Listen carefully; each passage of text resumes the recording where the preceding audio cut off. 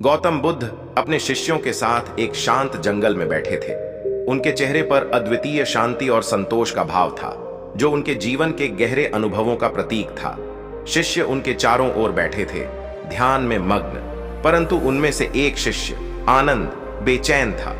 उसका मन हमेशा भटकता रहता था, कभी अतीत की घटनाओं में तो कभी भविष्य की चिंताओं में। आनंद के चेहरे पर चिंता साफ झलक रही थी।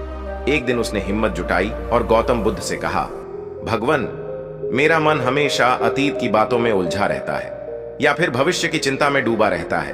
मैं वर्तमान में जीने की कला नहीं जानता, कृपया मुझे मार्ग दिखाइए।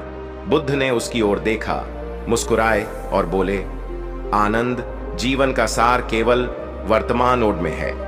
अतीत जा चुका है और भविष्य अभी आया ही नहीं। जो तुम्हारे पास है वह केवल यह पल है। इस पल में जीने का महत्व समझो, यही शांति का मार्ग है। आनंद ने थोड़ा उलझन में पूछा, लेकिन भगवन, कैसे मैं अतीत और भविष्य की इन चिंताओं से मुक्त हो सकता हूं? बुद्ध ने उसे एक कहानी सुनाई। बहुत समय पहले एक व्यक्ति था जिसका नाम सुधीर था। वह अपने जीवन में बहुत सफल था, फिर भी उसका मन कभी शांत नहीं रहता था।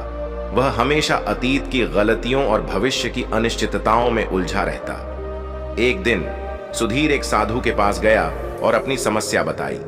बुद्ध ने आवाज में गंभीरता लाते हुए कहा।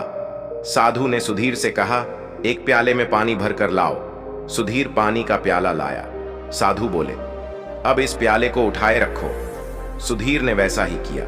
कुछ समय बाद उसके हाथों में दर्द होने लगा, लेकिन साधु ने कहा, अभी नहीं, थोड़ा और उठाए रखो। सुधीर के हाथ कांपने लगे, दर्द असहनीय होने लगा, पर उसने हार नहीं मानी।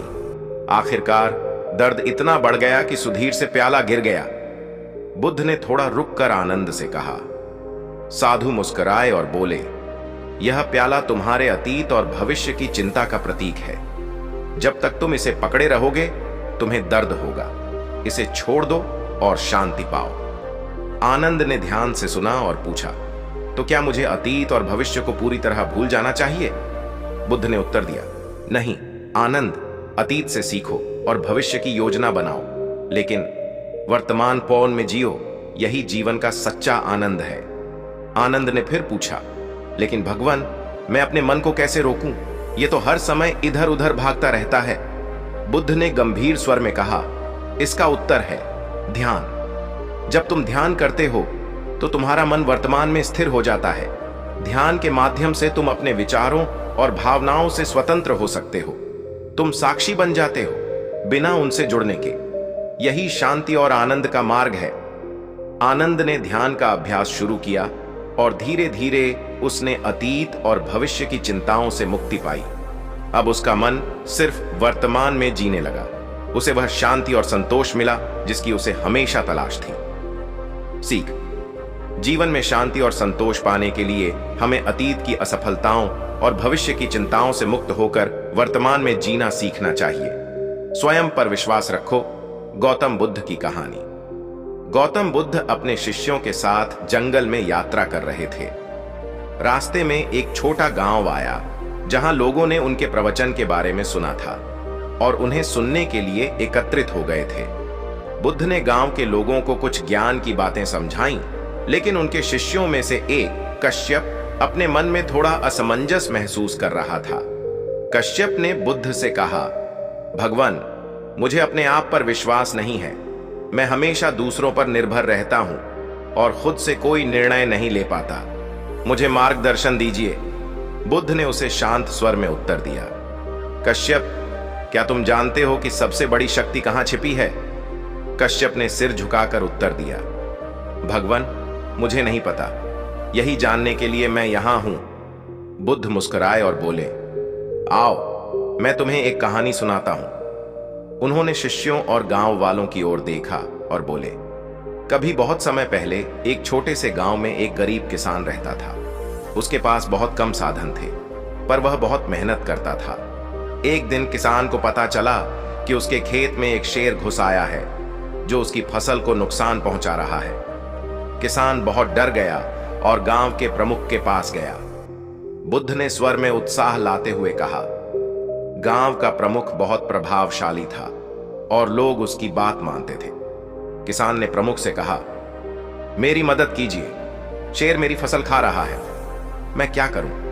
प्रमुख ने उसे आश्वासन दिया और कहा, तुम खुद शेर से लड़ने के लिए सक्षम हो, बस अपने मन में साहस लाओ। किसान ने प्रमुख की बात सुनी, पर फिर भी उसके मन में डर बना रहा।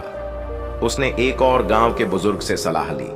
बुजुर्ग ने भी उसे यही कहा, तुम्हारे पास जितनी हिम्मत है उसे पहचानो, शेर से डरने की बजाय उसका सामना करो। लेकिन किसान का आत्मविश्वास बहुत कमजोर था, वह हिम्मत नहीं जुटा पाया।